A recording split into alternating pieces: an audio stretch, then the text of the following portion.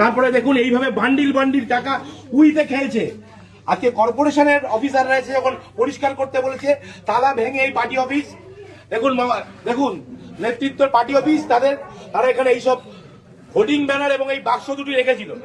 আজকে এখানের তালা ভেঙে এখানকার কর্মচারীরা, এখানকার সাফাই কর্মচারীরা, এখানকার অধ্যাপকদের অনুমতি নিয়ে এগুলো উদ্ধার করেছে। আপনারা দেখুন কি পরিমাণ টাকা, 100 টাকা 500 টাকার বান্ডিল উই পোকায় খেয়েছে।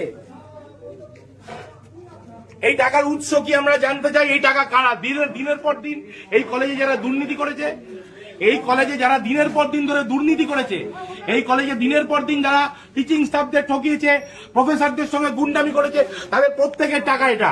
এবং এই টাকা কোথা থেকে এসছে তারও উত্তর দিতে হবে। আমরা আজ পুলিশ ডেকেছি, মিডিয়াকে আমরা খবর দিয়েছি, তারা আসছে, এগুলো তারা সিজাল করবে, এগুলো তারা নেবে এবং তাদের প্রত্যেকের জন্য সাজা হবে।